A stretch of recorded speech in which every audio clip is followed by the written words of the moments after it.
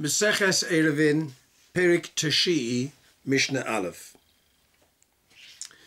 Kelim sheshovsu b'toch hachotzer, those kelim which are residing in the chotzer before Shabbos comes in, are outside the scope of Eruv Chatzeres. No Eruv is required to move those kelim within the chotzer, or for that matter to take those kelim from the chotzer into the bayis.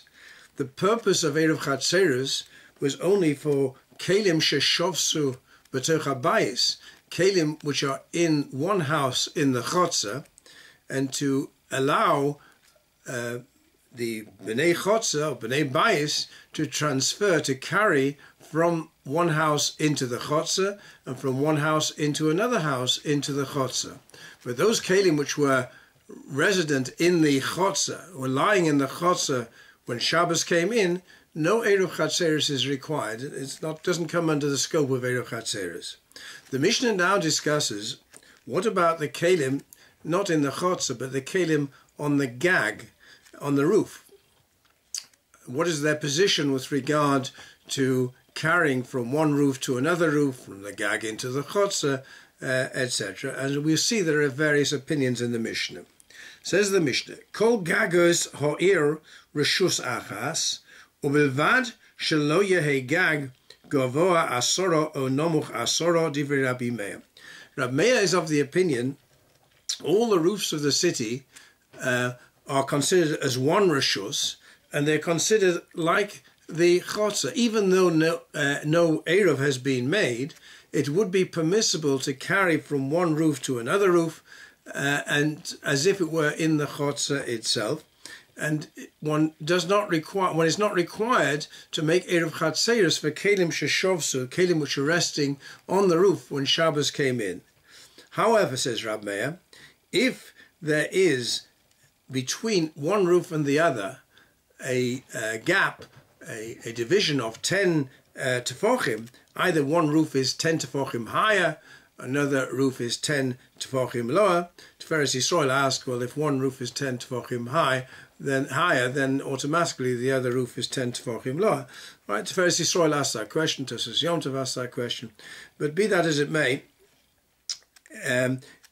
if the roofs are at a similar level, not more than 10 tefochim between them, then you can carry from one roof to another roof for the kelim which have rested on the roof, and there's no requirement for Eruv Chatzeres for kelim sheshovsu, kelim which are resting on the gag when Shabbos came in.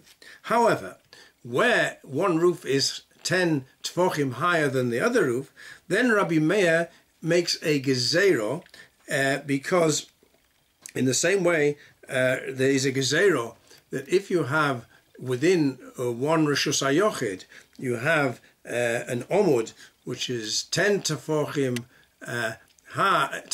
high and is 4 tefochim by 4 tefochim. It's like one reshus hayochid within another reshus hayochid.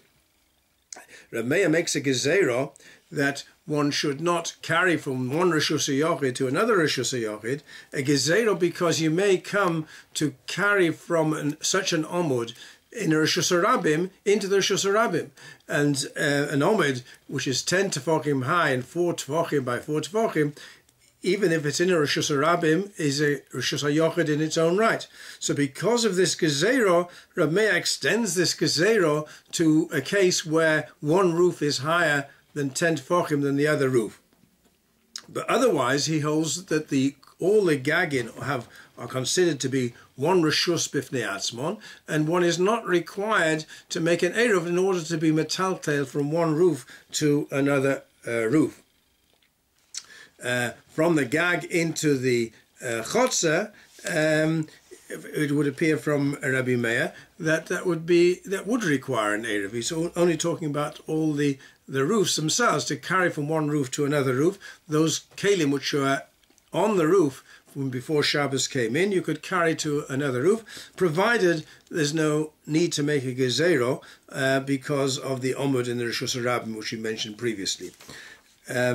Then the Chachomim, however, the Chachomim say, Kol echod ve'echod reshus bifnei atzmai. The Chachomim are of the opinion each roof is a separate reshus, and just as those who live in the houses below are considered to be separate reshuyas and have to make an eruv, so also kach chalukim heim begagosem, so it is with regard to the roofs. The roof is considered to be a place where one utilizes one's and one uses for private purposes, and therefore it would require an eruv. Whereas according to Rab Meir, since one does not have frequent use of the roof, it's that you don't use permanently the roof for all one's private purposes, and therefore it's outside the scope of an eruv. According to the Chachomim, no, each roof the roofs require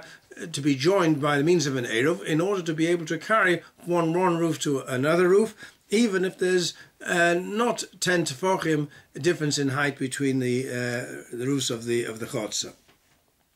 Then we get the third opinion, which is more mekel. Rabbi Shimon Omer, echod gagos, ve'echod chatzeros, ve'echod karfifos, reshus achas lekelim sheshovsu besochron, lesochon, velo lekelim sheshovsu besoch habayis. Rabbi Shimon is of the opinion that if kelim are left on the roof, or on the chotzer, or in the karfifos, in the parks around the batim, in any one of these cases, since tashmishon, their use is not todir, in the sense that people don't constantly use these for their private amenities, and therefore it's outside the scope of the eruv, and any kelim which are left in any one of these places, either on the roof or the chotzer or the karfif, can be transferred to the bias, or can be transferred from one bias to another bias,